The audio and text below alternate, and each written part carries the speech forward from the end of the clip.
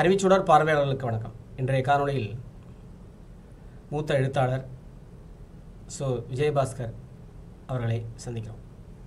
தோழர் வணக்கம். வணக்கம்.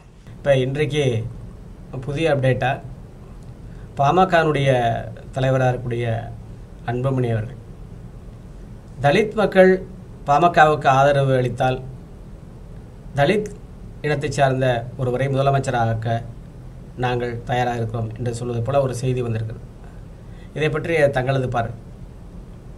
நான் இதை எப்படி பாக்குறேன்னா, திமுக அதிமுக அந்த ரெண்டு கட்சிகிட்டையும் போயிட்டாரு ராமதாஸ். அவங்க அப்பா ராமதாஸ், மகா ராமதாஸ். இப்போ இருக்கிற கட்சி மகா ராமதாஸ், அப்பா பேக்ரவுண்ட்ல இருக்கிறாரு, மகா ராமதாஸ் முன்னணியில் இருக்கிறாரு. இப்போ திமுக அதிமுகன்னு ரெண்டு கட்சிக்கும் பின்னாடி போயிட்டாரு.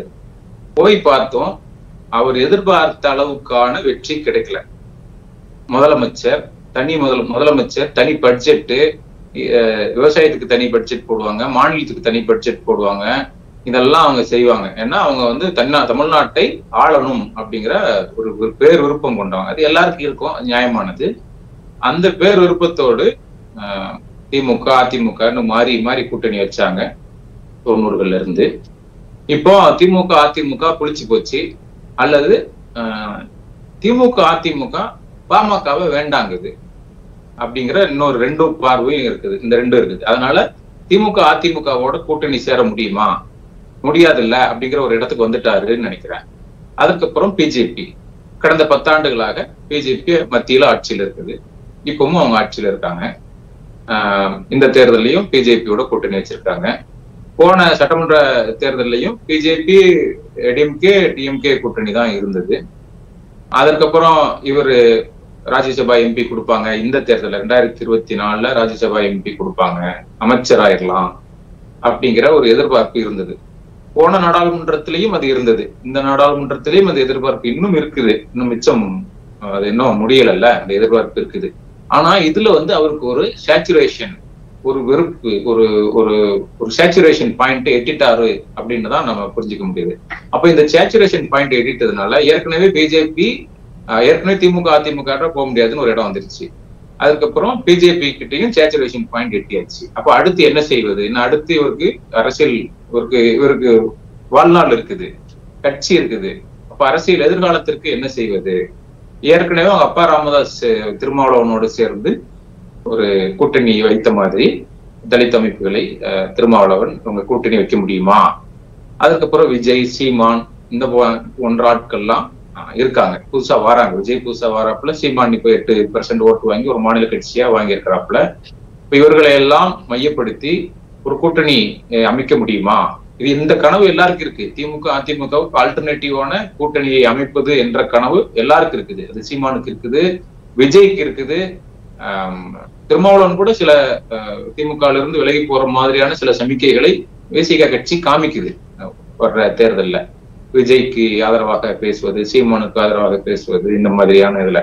அப்ப ஏதோ ஒரு அரசியல் சூழல் மாறுமா? மேகங்கள் கலைந்து மழை பொழிந்தால் ஒரு புது வாழ்வு செடியில் இருக்கிற மண்ணுல இருக்கிற விதைகளுக்கு ஏற்படும் இல்லையா? அதுபோல் இப்ப இருக்கிற மேகங்கள் கலைந்து மழை பொழிந்து மண் குளிர்ந்து விதை முளைக்குமா, மாங்கனி முளைக்குமா நம்ம அப்படின்னு அவர் நினைக்கிறாருன்னு நம்ம தோணுது. அப்படி இருக்கும்போது, அப்படி நினைக்கும் போது ஒரு ஆல்டர்னேட்டிவ் கூட்டணின்னு உருவாகும் போது யாரை கூப்பிடுவது? அப்போ திமுக இருந்து விசிக விலகி வருதுன்னா விசிகாவை கூப்பிடணும் அப்படின்னா எப்படி கூப்பிடுறது? இவ்வளவு நாள் அவர்களை எதிர்த்துதான் பாலிடிக்ஸ் பண்ணிருக்கு. கிட்டத்தட்ட தலித் அல்லாதார் கூட்டமைப்பு அந்த மாதிரி பண்ணாங்க.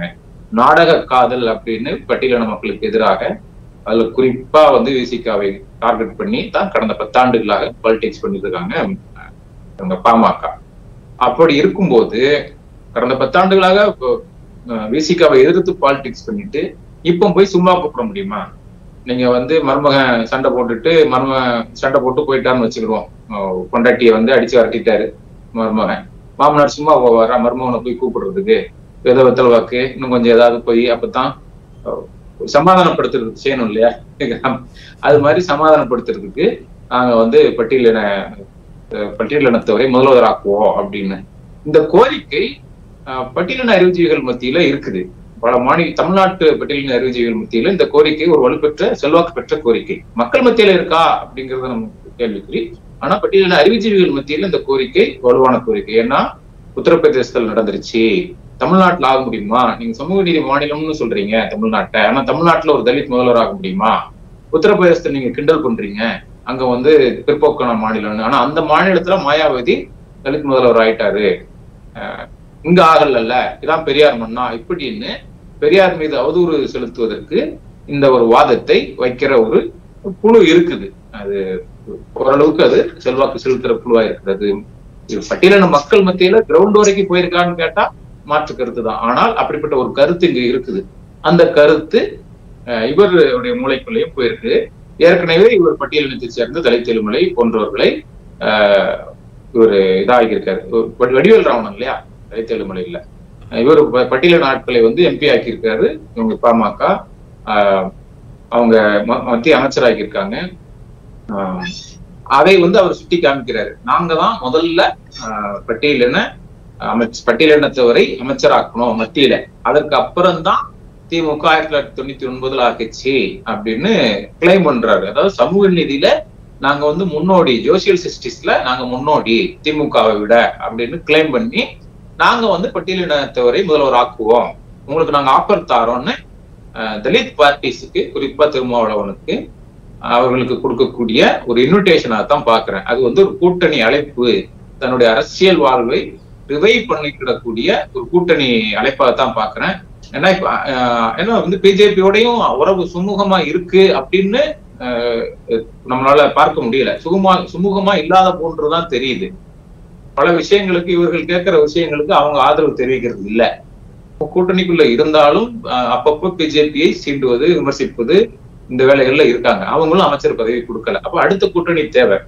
அந்த அடிப்படையில தான் வர்ற தேர்தல்கள்ல வேறு கூட்டணி திமுக அதிமுக பாஜக இல்லாத கூட்டணி அமைக்கணும். அது பாமக தலைமையில் அமைக்கணும். பாமக தலைமையில் அமைச்சுக்கிட்டா முதலமைச்சரை யார் வேணாலும் இருந்துக்கோ, நான் ராஜகுருவா இருக்கிறேன், முதலமைச்சருக்கு மேல உட்கார்ந்துகிட்ட ராஜகுருவா நான் இருக்கிறேன், முதலமைச்சர் தானே நான் கொடுத்துக்கிறேன் அப்படின்னு ஒரு எண்ணம் இருக்குது. அந்த எண்ணத்தின் அடிப்படையில் தான் இவர் இப்படி சொல்றாருன்னு நான் புரிஞ்சுக்கிறேன். இப்ப பாமக அன்புமணி ராமதாஸ் அவர்கள் இந்த சாதிவாரி கணக்கெடுப்பை பத்தி பேசுறாரு. இந்த சாதிவாரி கணக்கெடுப்புல பிஜேபி கூட்டணியில் தற்போது இருக்கிறார். ஆனா இந்த பிஜேபியினுடைய நிலைப்பாடே சாதிவாரி கணக்கெடுப்புக்கு எதிராக தான் இருக்கு. இப்ப இந்த கூட்டணியில இருந்துகிட்டே இப்ப இவர் இப்ப சாதிவாரி கணக்கெடுப்பை பேசுறாரு. ஆமா, ஜாதிவாரி கணக்கெடுப்பு எடுக்கணுங்கிறாரு. இப்போ ஜாதிவாரி கணக்கெடுப்பு எடுக்கணுங்கிறாரு. ஆனா எடுக்கணும்னு சொல்லிட்டு யாரை எடுக்க சொல்றாரு? திமுகவை எடுக்க சொன்னாரு. வன்னியர்களுக்கு இடஒதுக்கீடு வேணும்னாரு, உள்ளொதுக்கீடு 10.5%. அது போன ஆட்சியில எடப்பாடி கொடுத்தாரு. கோர்ட் உடனடியாக ஹைகோர்ட் அதை தள்ளுபடி ரத்து செய்து விட்டது.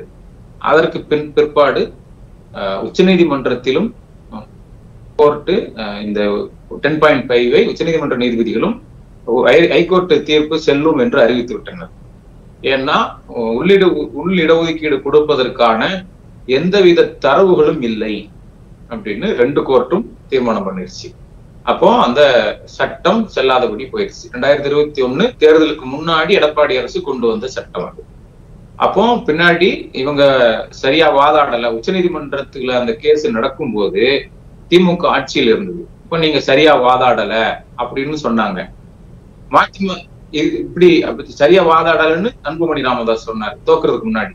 தோத்ததுக்கு அப்புறம் மறுசீராய்வு மனு, அதை செய்யணும் இதை செய்யணும், நீங்க ஒரு சிறப்பு சட்டம் செய்யுங்க, அதை செய்யுங்க இதை செய்யுங்கன்னு திமுகவை பிரஷர் பண்ணி பார்த்தாரு, போராட்டம் பண்ணுவோம்னாரு. அன்புமணி ராமதாஸோடைய அப்பா ராமதாஸ் ரொம்ப மோசமா பேசினாரு. உங்ககிட்ட நான் நிக்கணுமா இடஒதுக்கீடு கேட்கறதுக்கு? ஒரு 10,000 பேர் சேர்ந்து ஆள்றீங்க. அவங்க யாரை குறிப்பிடுறாருன்னா கலைஞருடைய குடும்பத்தை, அவருடைய ஜாதியை குறிப்பிட்டு சொல்றாரு. ஒரு 10,000 பேர் சேர்ந்து இருக்கிறவங்க தான் நீங்க ஆள்றீங்க, உங்ககிட்ட நான் நிக்கணுமா தலைமைச் செயலகத்துல அப்படின்னு ரொம்ப இழிவாக அவர் பேசினாரு. இப்படி எல்லாம் பேசி பார்த்துட்டு வன்னியர்களுக்கு எதிராக திமுகவை நிறுத்துவதற்கு முயற்சி செஞ்சாரு. அதாவது வன்னியர்களுக்கு திமுக எதுவும் செய்யலன்னு. ஆனால் திராவிட முன்னேற்றக் கழக அரசு வன்னியர் இடஒதுக்கீட்டில் என்ன விதமான பிரச்சனைகள் இருக்குது அப்படிங்கிறதை சட்டமன்றத்திலையும் சட்டமன்றத்திற்கு வெளியிலையும் ஆதாரபூர்வமாக நிரூபிச்சிட்டாங்க. அதற்கப்புறம் ஜாதிவாரி கணக்கெடுப்பு நாங்க எடுக்கிறத விட ஒன்றிய அரசு தான் எடுக்கணும். ஏன்னா அவங்க ஏற்கனவே 10 ஆண்டுக்கு ஒரு முறை மக்கள் தொகை கணக்கெடுப்பு எடுக்கிறாங்க. அப்போ அவங்க ஏற்கனவே எடுக்கிறாங்க. எஸ்சி எஸ்டிக்கு ஜாதிவாரி கணக்கெடுப்பு எடுக்கிறாங்க. இப்போ வந்து ஓபிசிக்கு மட்டும்தான், ஓபிசிக்கும் பார்வர்டு காஸ்டுக்கு மட்டும்தான் எடுக்கணும். ஏற்கனவே தமிழ்நாடு இந்தியாவில் இருக்கிற 25% கிட்டத்தட்ட 23% பாப்புலேஷனுக்கு ஜாதிவாரி கணக்கெடுப்பு எடுக்கிறாங்க. அந்த ஜாதிவாரி கணக்கெடுப்பை மிச்ச மக்களுக்கும் எக்ஸ்டெண்ட் பண்ணணும். அப்ப இது ஈஸியான வேலை தான். அப்ப இந்த ஈஸியான வேலையை ஒன்றிய அரசு ஏன் செய்ய மாட்டேங்குது? எனவே நீங்க உங்க கூட்டணி கட்சிகிட்ட கேளுங்க அப்படின்னு திமுக சொல்லிவிட்டது. இப்போ 1 இயர் இடஒதுக்கீடு என்றும் சொல்ல முடியல, ஜாதிவாரி கணக்கெடுப்புன்னு சொல்ல முடியல, என்னென்னமோ சொல்லி பார்த்துட்டு பிஜேபிட்டையும் கேட்கறாங்க. பிஜேபி பதில் சொல்ல மாட்டேங்கிறாங்க. அவங்க ஜாதிவாரி கணக்கெடுப்பு விட்டுருங்க, மக்கள் தொகை கணக்கெடுப்பே எடுக்க மாட்டேங்காங்க. 2011 அப்புறம் 2021 மக்கள் தொகை கணக்கெடுப்பு நடந்திருக்கணும். கோவிட் காரணத்தை காமிச்சு மக்கள் தொகை கணக்கெடுப்பு எடுக்கல 2021. சரி, புரிஞ்சுக்க முடியுது. அதுக்கப்புறம் இப்போ என்ன கோவிட் இருக்கு, என்ன பிரச்சனை இருக்கு, இப்ப எடுக்கிறதுல எடுக்கல. இந்த பட்ஜெட்லயும் அதற்கான நிதி ஒதுக்கப்படல. அதனால 2024லயும் கிடையாது, 2025 தான். அது ஜாதிவாரி கணக்கெடுப்பா அல்லது மக்கள் தொகை கணக்கெடுப்பா? எதையாவது முதல்ல மக்கள் தொகை கணக்கெடுப்பாவது எடுங்கிற அளவுக்கு சமூகவியல் அறிஞர்கள், சோசியாலஜிஸ்ட் கேட்க ஆரம்பிச்சிட்டாங்க. ஏன்னா இந்த மக்கள் தொகை கணக்கெடுப்பு is very important. Policy design, ஒரு பாலிசியை டிசைன் பண்ணுவதற்கு, மக்கள் நலத்திட்டங்களை செயல்படுத்துவதற்கு, அரசின் கொள்கைகளை வடிவமைப்பதற்கு மக்கள் தொகை கணக்கெடுப்பு முக்கியமானது. நீங்க அடுத்த கட்டம் தான் ஜாதிவாரி கணக்கெடுப்பு. மக்கள் தொகை கணக்கெடுப்பு இல்லாம இருக்குது. நாங்க 2011 இருக்கிற டேட்டாவை வச்சுதான் நம்ம வந்து பாலிசி டிசைன் பண்ண வேண்டியிருக்குது, எல்லாத்தையும் கண்டறிய வேண்டியிருக்குது. அதனால அந்த டேட்டா இப்ப அவுடேட்டட் ஆயிடுச்சு. அதற்கு பிற்பாடு இப்ப நிறைய மாற்றங்கள் வந்துருச்சு. எனவே மக்கள் தொகை கணக்கெடுப்பையாவது எடுங்கிற அளவுக்கு கெஞ்ச வேண்டிய நிலைமைக்கு பிஜேபி தள்ளிடுச்சு. அதையும் எடுக்க மாட்டேங்கிறாங்க ஜாதிவாரி கணக்கு. அப்ப அதே எடுக்காத போது ஜாதிவாரி கணக்கெடுப்பு எப்படி எடுப்பான்? சோ இவரு இதனாலதான் யார்கிட்ட சொல்ல, இப்ப ஜாதிவாரி கணக்கெடுப்பு எடுத்தா தான் மக்கள் தொகை கணக்கெடுப்பு இது 1 இயர் இடஒதுக்கீடு பத்தி பேச முடியும். ஏன்னா இவங்க வந்து வன்னியர்கள் நிறைய இருக்காங்க அப்படின்னு தொடர்ந்து சொல்லிக்கிட்டு வராங்க. 2 கோடி இருக்காங்க அப்படின்லாம் சும்மா ஒரு கணக்கு சொல்றது.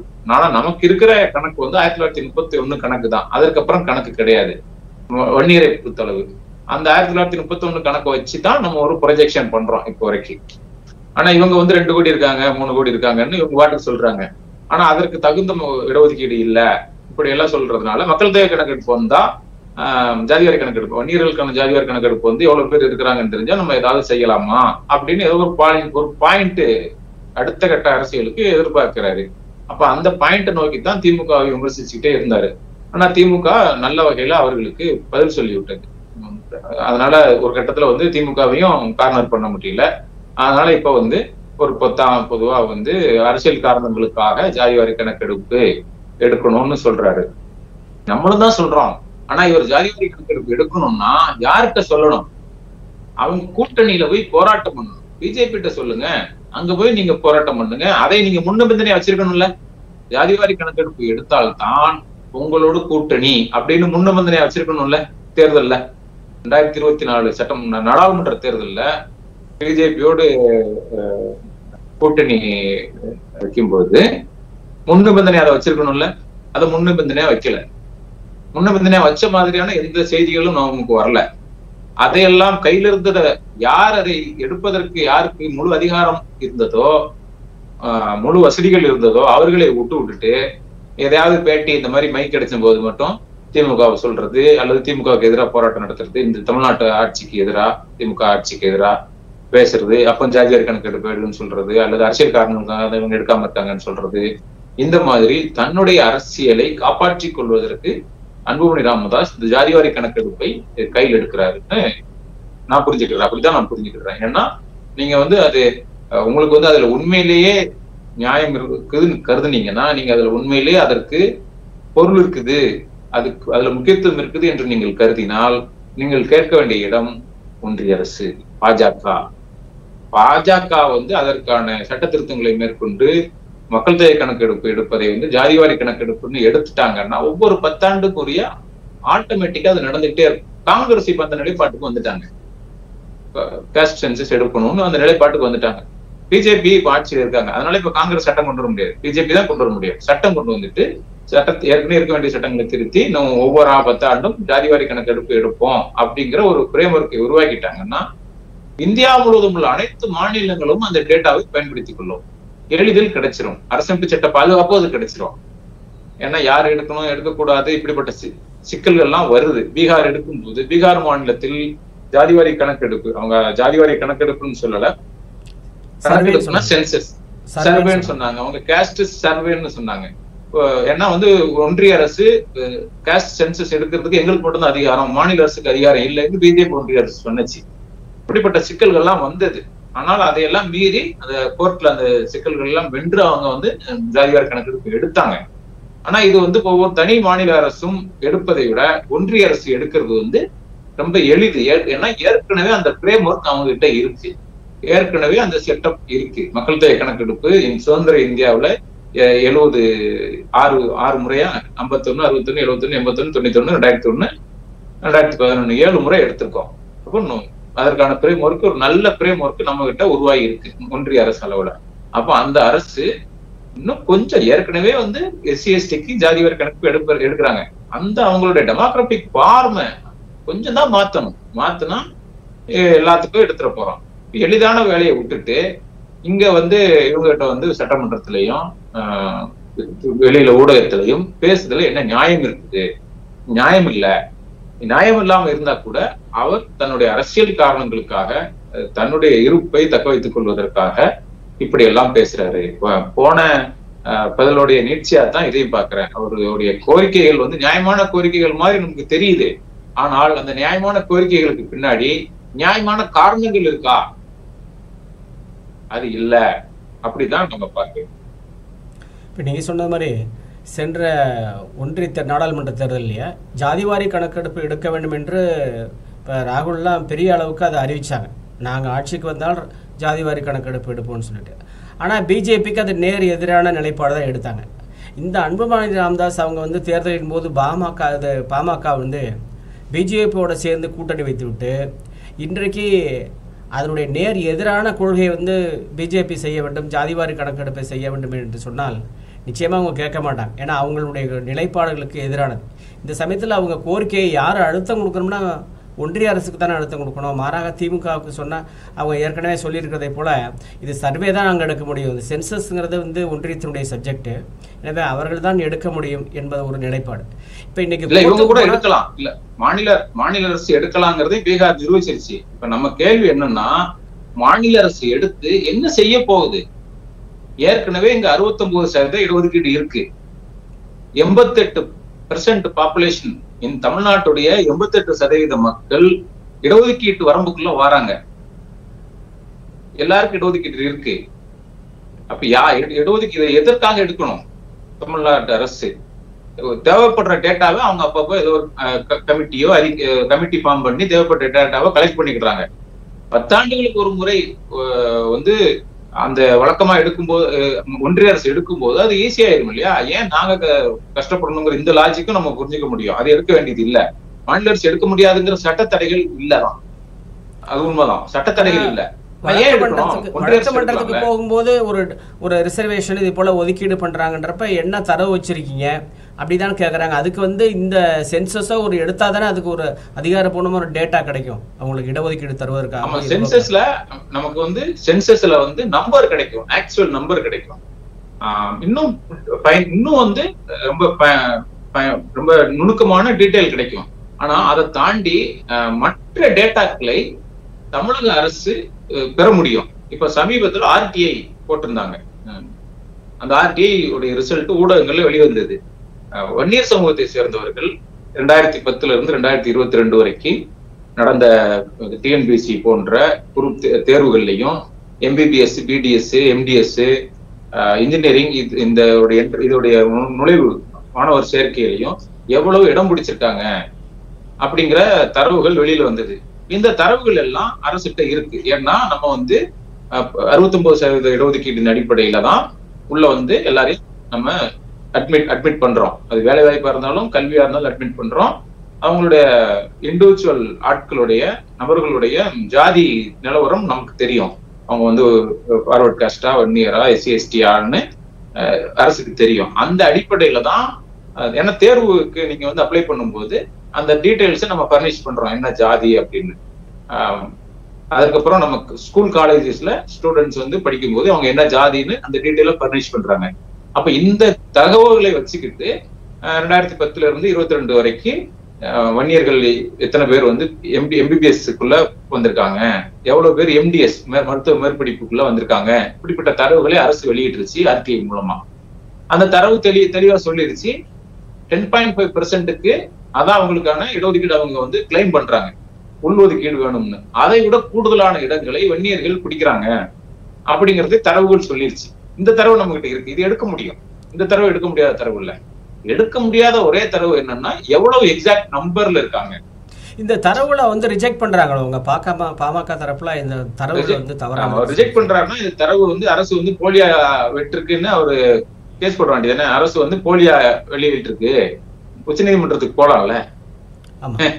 அது உச்சநீதிமன்றத்துக்கு போலாம், அரசுடைய தரவு பொய், அரசு வந்து தமிழ்நாடு அரசு பொய் சொல்லுது அப்படின்னு உச்சநீதிமன்றத்துக்கு போலாம்.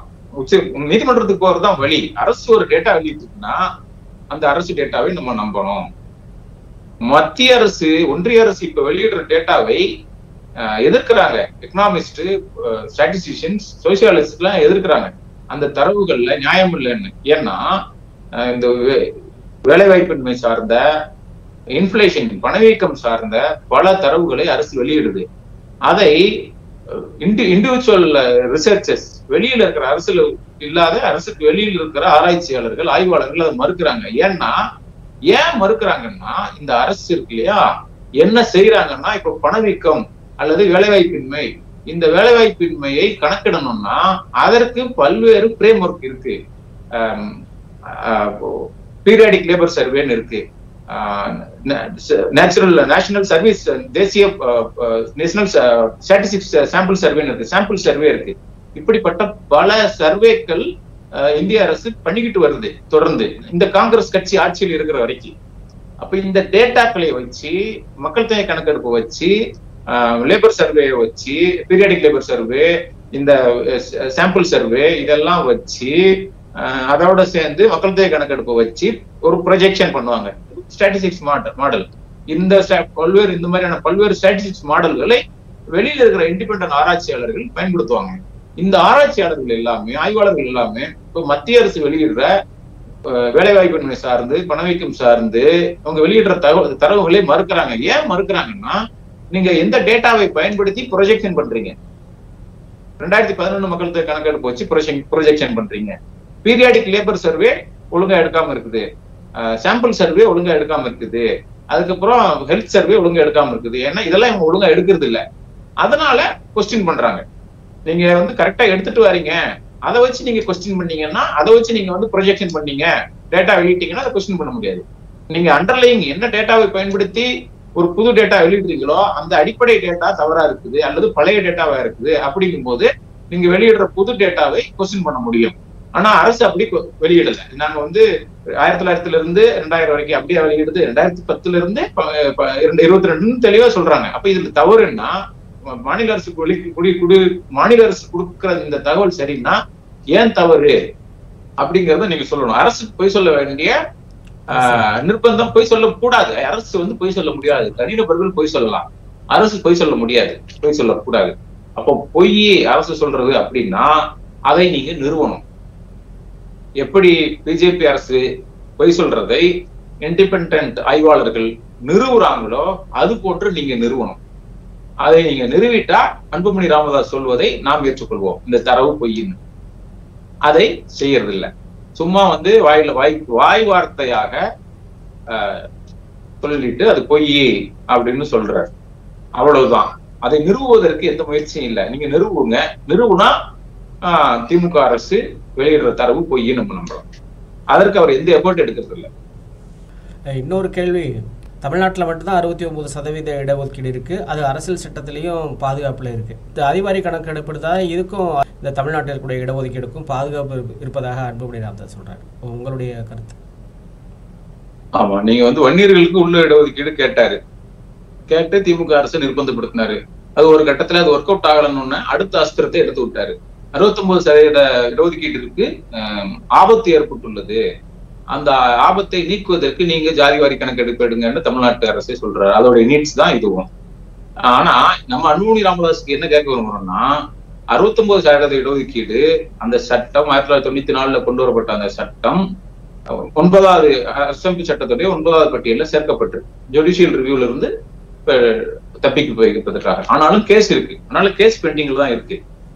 அந்த கேஸ் இருக்கு, இல்லைன்னு நம்ம சொல்ல முடியாது. பாதுகாப்புங்கிறது ஒரு தான பாதுகாப்பு தான். ஆனால் இவர் சொல்ற மாதிரி இந்த ஜாதிவாரி கணக்கெடுப்பு எடுக்கிறது இல்ல, எடுத்து பாதுகாக்கிறது இருக்கு இல்லையா, அதை விட இன்னொரு நல்ல வழி இருக்குது.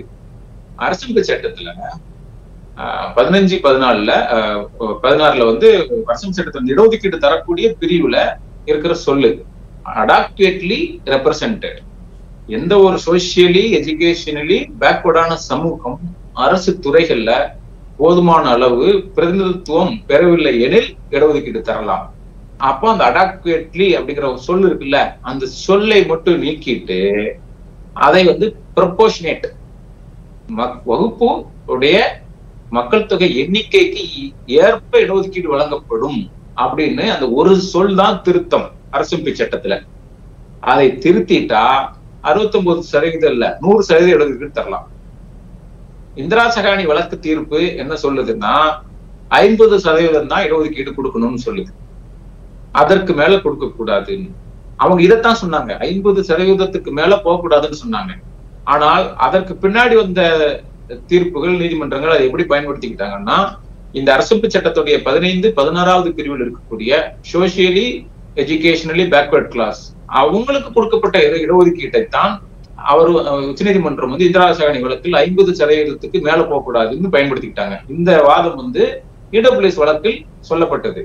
ஏன்னா இடபிள்யூஎஸ் வழக்குல 10% கொடுக்கும் போது 50 தாண்டி 60 மாறிச்சு பல மாநிலங்கள்ல, ஒன்றிய அரசுலயும். அப்ப 60 மாறுதே, இது வந்து இந்திரா சகானி வழக்கு தீர்ப்புக்கு எதிரானதாக இருக்குது என்ற வாதத்தை கேட்கும் போது அந்த நீதிபதிகள் என்ன சொன்னாங்கன்னா, இந்திரா சகானி காலகட்டத்துல இடபிள்யூஎஸ் வழக்கு இல்லை, இடபிள்யூஎஸ் இடஒதுக்கீடு இல்லை. இந்திரா சகானி காலகட்டத்துல இருந்த இடஒதுக்கீடு என்னன்னா சோசியலி எஜுகேஷனலி பேக்வர்ட் கிளாஸ்க்கு தரப்பட்ட, அதாவது சிம்பிளா சொன்னோம்னா எஸ்சி எஸ்டி ஓபிசிக்கு தரப்பட்ட இடஒதுக்கீடு தான் அன்னைக்கு இருந்தது. எனவே அன்றைய தீர்ப்புல இந்திரா சகானி வழக்கு தீர்ப்புல சொல்லப்பட்ட விஷயம் அந்த 50% உச்சவரம் என்பதை எப்படி புரிஞ்சுக்கணும்னா, எஸ்சி எஸ்டி ஓபிசிக்கு 50% தான், அதுக்கு மேல தரக்கூடாது அப்படின்னு தான் நம்ம புரிஞ்சுக்கணும். அப்படித்தான் நீதிமன்றம் சொல்லுது.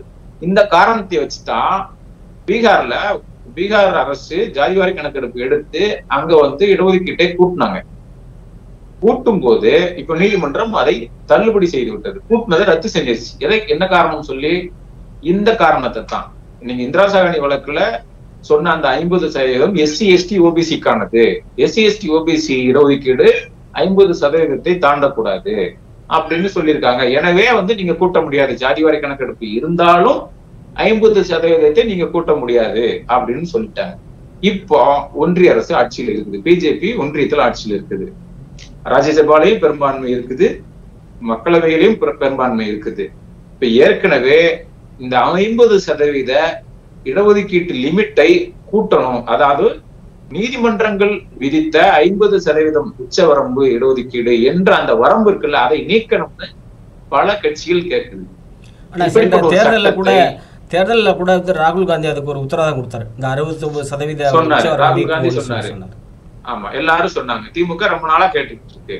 அப்ப இந்த ஒரு சட்டத்தை, இந்த உச்சவரம்பு கிடையாது இடஒதுக்கீட்டுல, ப்ரொபோர்ஷனேட்டா கொடுக்கலாம், வகுப்பு வாரி எவ்வளவு மக்கள் தொகை இருக்கிறாங்களோ அதற்கு ஏற்ப இடஒதுக்கீடு கொடுக்கலாம் அப்படின்னு சட்ட திருத்தம், அரசியல் சட்ட திருத்தம் கொண்டு வந்தாச்சுன்னா அதை திமுக எதிர்க்காது.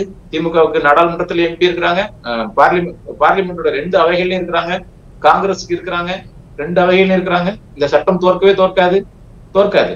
பாமக எம்பி, இவரும் எம்பி தானே, இவரும் போய் இன்னும் எம்பி பதவி முடியல நினைக்கிறேன், இவரும் போகலாம், எல்லாரும் இருக்குது. அங்க போய் நேரடியா வந்து 15-16வது பிரிவுகளை திருத்தி ஒரு சட்டம் போட்டா போதும், முடிஞ்சிருச்சு. அல்லது அடிஷனலா சேர்க்க போறாங்க. அது ரொம்ப சிம்பிளான திருத்தம். எப்படி இடபிள்யூஎஸ்க்கு சிம்பிளா 3 நாள்ல அந்த சட்டத்தை திருத்தி புதிய 15-16-15ல ஒரு புது பிரிவும் 15-6-16 ஒரு புது பிரிவு கொண்டு வந்தாங்க, புது உட்பிரிவு. அதே மாதிரி ஒரு உட்பிரிவை கொண்டு வந்துடலாம், அல்லது ஏற்கனவே இருக்கிறத திருத்திடலாம். ஒன்றிய அரசு திருத்திட்டா இது 3 நாள்ல முடியக்கூடிய காரியம். பார்லிமெண்ட் ஒரு நாள் மக்களவையில முதல் நாள் வந்து நீங்க இடபிள்யூஎஸ் சட்டம் இயற்றப்பட்ட அந்த வேகத்தை சொல்றேன், அதே வேகத்துல 3 நாள்ல முடிச்சிடும். ஒன்றிய அரசால் செய்யக்கூடிய காரியம் இது. பெரிய வந்து இப்ப நம்ம சட்ட வல்லுநர் கிடையாது, ஆனால் நமக்கே எளிதா தெரிய சட்டம் இது. சிம்பிளா நீங்க வந்து அசெம்பிளி சட்டத்துல மாத்திட்டீங்கன்னா 3 நாள்ல முடியக்கூடிய காரியம். அசெம்பிளி சட்டத்தை மாத்திட்டீங்கன்னா கோர்ட் ஒண்ணும் செய்ய முடியாது. கோர்ட் அசெம்பிளி சட்டம் என்ன சொல்லுதோ அதைத்தான் கோர்ட் சொல்லும். ஏன் வந்து இதை பிஜேபி செய்யக்கூடாது, இதை ஏன் வந்து நீ மாநில அரசு வந்து கேட்டுட்டு இருக்கீங்க? பிஜேபி செய்யட்டும், முடிஞ்சிருச்சு. இது பிஜேபி செஞ்சால் வருங்காலத்துக்கு எல்லாம் பயன்படும், எல்லா மாநிலத்துக்கும் பயன்படும். தமிழ்நாட்டுக்கு மட்டுமா, மற்ற எல்லா மாநிலங்களும் இடஒதுக்கீட்டு அளவை கூட்டணும்னு முயற்சி செய்யறாங்க. பீகார் முயற்சி செய்தது, கர்நாடகா முயற்சி செய்தது, மற்ற மாநிலங்கள் முயற்சி செய்யறாங்க. மத்திய பிரதேசத்துல அதிகமான ஓபிசி பாப்புலேஷன் இருக்கு, ஆனா அங்க 27% இடஒதுக்கீடு கூட கொடுக்கல. பல மாநிலங்கள் இருக்கு ஓபிசிக்கு கொடுக்க முடியாம இருக்கு. பாப்புலேஷன் இருக்கு, ஏன்னா எஸ்சி எஸ்டிக்கு அசெம்பிளி சட்ட பாதுகாப்பு இருக்கு, மக்கள் தொகை கணக்கெடுப்பு அடிப்படையில அந்த இடஒதுக்கீடு கொடுக்குறாங்க. ஆனா ஓபிசிக்கு 27% கூட கொடுக்க முடியல, ஏன்னா அந்த 49 வரம்பு இருக்குது. அப்படிப்பட்ட சிக்கல் பல மாநிலங்களுக்கு இருக்குது. பிஜேபி ஆள்ற மாநிலங்களுக்கே இது இருக்குது. அப்ப இதை பிஜேபி செய்ய முடியும். பிஜேபி செய்யறதுக்கு இவங்க அழுத்தம் கொடுக்க வேண்டியதானே. அசெம்பிளி சட்டத்தை திருத்தலாம், மக்கள் தொகை கணக்கெடுப்பு எடுக்கலாம், ஒரேடியா பிரச்சனை முடிஞ்சிடும். அவங்கதான் ஆட்சியில இருக்காங்க, அவங்ககிட்ட போய் கேட்காம வந்து 69 அடுத்த வீட்டு இலைக்கு, அடுத்த பக்கத்து வீட்டு இலைக்கு பாயாசம் கேட்கற மாதிரி வந்து இவர் வந்து 69% பாதுகாப்பு இல்லைங்கிறாரு. 69% தூக்க முடியுமா? தூக்கி பார்க்கட்டுமே பிஜேபி அல்லது நீதிமன்றம், தூக்கி பார்க்கட்டுமே, அது முடிஞ்சிருமா? அங்க வந்து அது முடியாது. ஆனா இவர் வந்து நம்ம திமுக அரசை இங்க குறை சொல்வதற்காக நீ வந்து 69%க்கு இது பாதுகாப்பு இல்ல, அதுக்கு வந்து ஒரு ஆபத்து வருது, அதனால அவங்க ஜாதியார் கணக்கெடுப்பு கோர்த்து விடுறாரு. நீங்க கோர்த்து விட வேண்டியதே இல்ல, நேரா பிஜேபி கிட்ட போனோம். அங்க போய் இங்க வந்து இப்ப போராட்டம் நடத்துறாரு சென்னையில, அங்கங்க ஏதோ ஒரு கோரிக்கைகள் வச்சு படையை கூட்டு போய், பாமக படையை கூட்டு போய் டெல்லியில வச்சு போராட்டம் பண்ணுங்க. அமைச்சர் இங்க வந்தாருன்னா, ஒன்றிய அரசு அமைச்சர்களோ பிரதமரோ இங்க வந்தாருன்னா, நீ வந்து இடஒதுக்கீடு இது இந்த சட்ட திருத்தங்களை செய்யல, ஜாதியார் கணக்கெடுப்பு எடுப்பல, ப்ரொபோர்ஷனேட்டா வந்து இடஒதுக்கீடு கொடுக்க மாட்டோம், நீங்க சட்டம் திருத்தலன்னா உங்களை தமிழ்நாட்டுக்குள் நுழைய விட மாட்டோம், போராட்டம் பண்ணுங்க. கூட்டணி கட்சி தான் போராட்டம் பண்ணலாம், கூட்டணி கட்சிகிட்ட கேட்கலாம், வலியுறுத்தலாம், முன்னிபந்தனை வைக்கலாம், என்னென்னமோ செய்யலாம். இது எதையுமே செய்யாம வந்து பக்கத்து இலைக்கு பாயாசம் கேட்கற மாதிரி வந்து 69க்கு பாதிப்பு வருது, 79க்கு பாதிப்பு வருதுன்னு சொல்லிட்டு இருக்கிறாரு. இப்போ இது போல சொல்றதை பார்த்தா நீங்க ஏற்கனவே சொன்னது மாதிரி இப்போ அவங்களுக்கும் பாஜக அரசுக்கும் ஒரு கருத்து வேறுபாடு வந்திருக்கிறத நம்மளால புரிந்து கொள்ள முடியாது.